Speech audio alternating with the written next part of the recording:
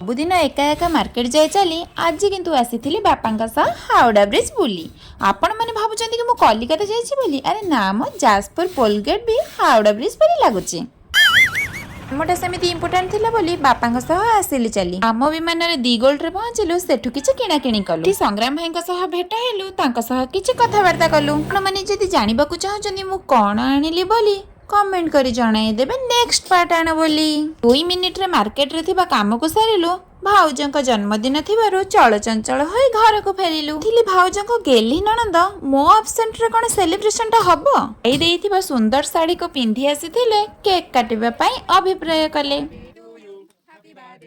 Happy birthday to you happy birthday to you सजा सजी करी केक जे काटिले जण जण करी समस्त को खुआइले। खुई कार्यक्रम वीडियो को आगे देखो चालू रखिलु।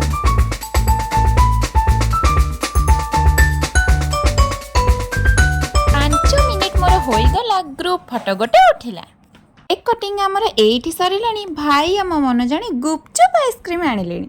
प्रथम गुपचुपटी भाउजंकठू आरंभ होला जेहेतु हमर बर्थडे गाल थिले मु जेहेतु बसिथिली भाबुचंत कि गुपचुप बळिबो बोली। गुपचुप पर आइसक्रीम रा पेटी बाहरिला जी जेते खाई पारिला। रुको जरा सबर करो बोला जगह नथिला किंतु पूरी पटे पटे खाइबा को पड़िला। आजिर कथाटी एठी सरिला सब्सक्राइब करिवे आशा रहिला। जय जगन्नाथ।